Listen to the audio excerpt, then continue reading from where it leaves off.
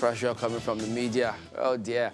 All right, then let's turn our attention to education matters. Yes, we always like to see things go right in all sectors, including education.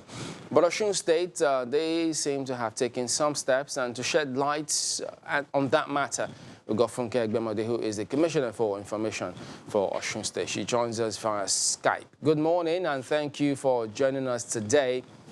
So let's have an understanding of why Osun State decided to come up with this policy, and what is this policy? If you could just tell us about it for a start.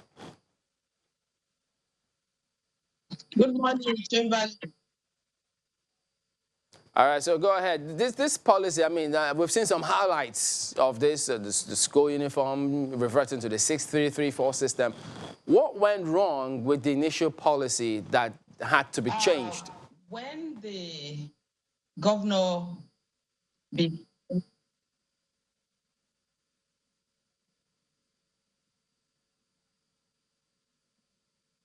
Okay, so we're going to go ahead and eventually get back to that. So you do remember, guys, the former governor, they had this education policy. They changed the system. He wasn't 633. They reverted. They 4534. 6334 system to yes, 4534. Like information. And it was, yeah, you know, you had to wrap your head around it, especially those who had football formations stuck in their heads, and you wanted to see how developmental, what kind of impact would that have? Because remember, we talked about how we learn in this country, particularly children, with respect to out-of-school children. You wanted to see if that was going to have more impact. So they had a lot of things, including school uniforms too at the time. So, but now they put up a committee to review all of these policies, and part of which she's going to talk to us about the change there. You know, what stuck for a lot of people was the Okpoimo. Yeah. But they forget that there were other policies that were changed, like you said, the school uniforms, you know, the names of the schools, issues like school mergers, having, you know, male, female in the schools, separating them and all that. It was a whole change, a whole lot of change. And I think then it was meant to chart a new course for education in the country. In fact, the Okpoimo, for example, was something that blazed the trail. A lot of people wanted to copy it. In fact, from outside the country, we had people coming in saying, let's see how you do it. So on one hand, I think the policies were meant to, you know, reshape education. In fact, some other states tried to copy some elements of those policies. But it appears as though now the government is saying, well, new realities, then we need to actually change these things. There are a couple of issues which we'd like to raise with her, and I think she's back on the line now. All right, so if you could just tell us, what made the government come to this conclusion? How was the old policy not working such that you thought, you know what, we need to change policies? Yeah, thank you. As soon as the governor was sworn in, he embarked on a thank you talk to feel the pulse of the people and to also ask their needs to be able to do exactly what they want, not what he thinks that they want. So this administration has always been about the citizens' needs.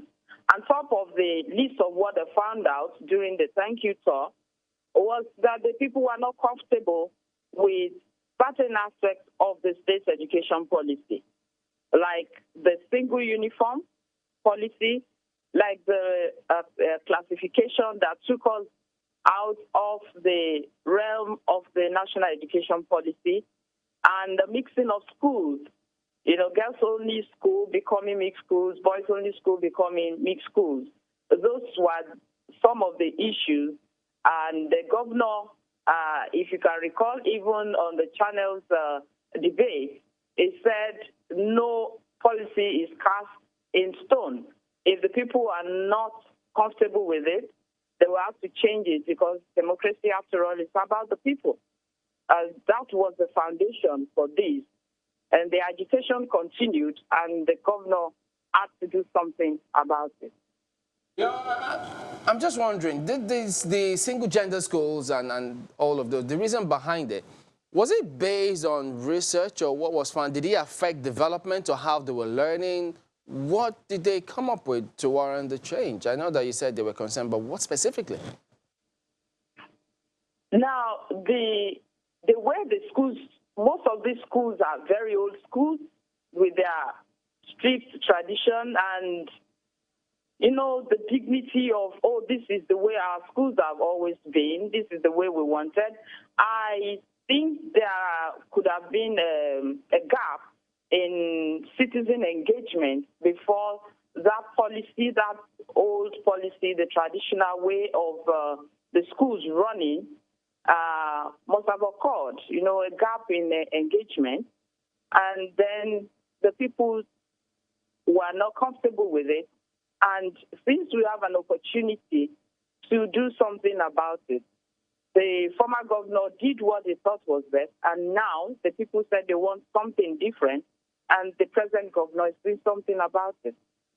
What was fundamentally wrong with when that you had to revert to the 6334 system? And for those who are already in that system, how is that going to be operationalized? The one that operated up until yesterday was not in line with the national education policy, and it was creating some operational issues, our aligning with what the other 35 states and the FCT was operating. And for instance, our recertification that was done in other states at primary 6 was no longer available in Osun. And that meant that if at any point in time, any student, any pupil of our primary school needed a testimonial primary 6, in the last few years, it was not available. And so we had to do something about that. And then you find out that when you move primary 5 and 6 pupils into the what was reclassified as the middle school, it also constituted a few problems of adaptation, of suddenly finding yourself among the bigger boys. There was bullying. There was, primary schools largely in Nigeria were manned by class teachers. And suddenly these little ones found that they had to cope with English teacher coming and going. There was no direct supervision. The science teacher came and left, and they were left at the mercy of this new environment.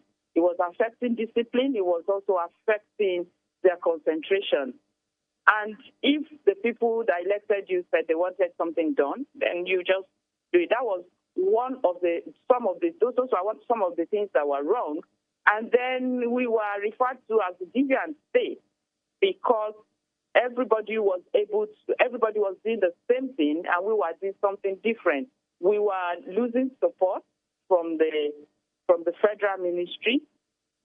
And then even our partner agencies, the international agencies, felt like that they didn't understand why we were doing a standalone policy and not aligning. So it was affecting a lot of, creating a lot of operational issues for us. Now, Madam, it would seem like a kind of policy somersault on the part of Osun State, given that the current governor worked very closely with the former governor in the state at the time, and one would assume that the entire government apparatus followed whatever the government did at the time. So what's the assurance we have that this same policy revert would not be upturned if another governor comes in? It is not a policy somersault. We are working on what the people need. We are working with their aspirations, their yearnings. And if you look at the way it had always been before we changed, with all those changes that we just touched, there was a way things were done. So some of those schools were founded way back 1950, 1956. If it worked for the people up until the time the changes were made, we can safely assume, we can safely say that that was the way the people wanted it. Otherwise, there would not have been agitation so much that we had to set up expert committees, we had to do reports, we had to spend days and plenty of time looking at all of this. And then we must remember that life itself is dynamic, and the fact that the governor was part of the last administration and is doing this should be seen as a plus. A man who is a leader must be strong enough to acknowledge the people that he leads and their yearning and the reason why they have to do that. He has to do what they need to do, because if a man is leading and is not strong enough to acknowledge his environment, strong enough to acknowledge that there are mistakes that have been made and it needs changing, then is not a true leader. A true leader must be strong enough to realize that he has to do what the people need to want done. Because if you look back, you say you are a leader and you can't find people behind you, you are not really leading. Well, we understand that, the students are in the middle of a semester, or do I say term now? Forgive me. So the question is, when will this come into effect? So people that are in middle school, how will they transition to, primary 6, for example? When will this fully come into effect? We understand that uniforms might change also. You might need to build new classrooms. So how are you planning to, transition? What is the time frame, and then the resources needed also? How are you planning to go about that? This is where we're in the middle of a session.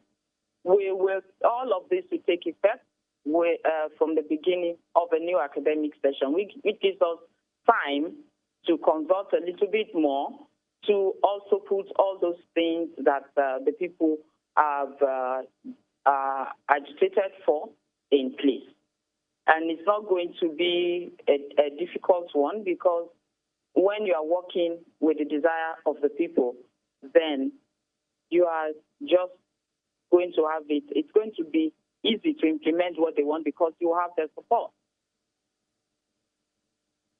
The panel making 11 recommendations within the context of the national education policy. Are you implementing all 11? And then concerning appointment, which they say should be retained and modifications made, what specific modifications will be made in that regard?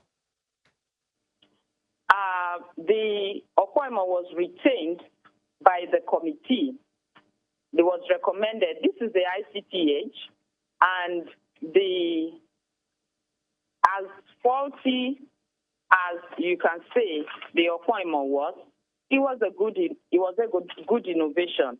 And since the committee said we should retain it, we will ensure that part of their recommendation is that we should reintroduce it in a way that it is more cost-effective, and the issue of power supply, power source, should be addressed, because sometimes outages in certain remote areas disrupted the children's learning using the appointment.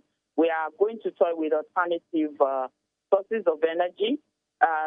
There will now be teachers' copies of the appointment, and we will make sure that this time around the tablets are protected from the students using it to download unsavory materials, which had been one of the reasons a lot of parents were not comfortable with it. All right, then. We hope that all of these policies will eventually chip away at that wall of children who are out of school. We do thank you for your time, Funke Agbemo, the Commissioner for Information in Osun State. We're back in a moment. Stay with us. Welcome back. Well, yes, we do see some questions coming through, but we'll forward them to the ICPC and then let them know what their response is to those questions, hoping we can get through. But your feedback now, Zimo, talking about the Nigeria's drug security, says, I was made to believe less than 10% of the pharmacies in Nigeria are licensed. and that's a serious security alarm. This has not in any way helped in the availability of genuine drugs. Well, Afolabi Adebakin tweets about fight against corruption, says, what is the annual budget of ICPC? Is the budget worth it in comparison to the results it has had? Remember the chairman saying the media is always second-guessing the commission. Yeah, that's what we do. Yeah. And there's a social media now second-guessing. There you go. Henry Owunono says about Osun education reforms, citizen engagement is lacking in absolute and real terms. Government officials wake up to do whatever they want, irrespective of what the people think. There is no way that strange Osun experiment would have lasted any longer.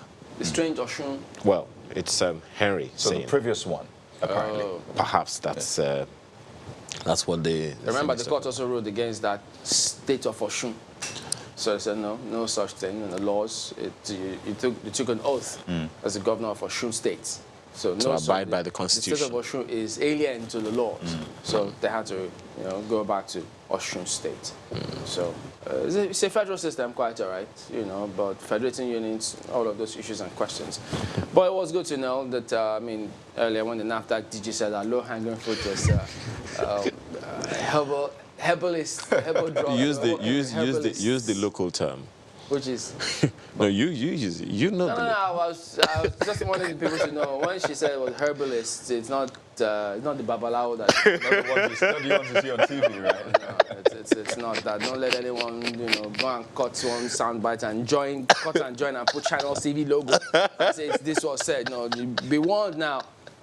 But it was interesting, really. We have a lot of work to do. So we do appreciate your time, letting us be a part of your day today. We'll see you again tomorrow. We thank you all for watching. I'm Chamberlain Oso. I'm Kayode Okikele. I am Ayo Makinde. And I'm Malkwe Yusuf. Do have a lovely day.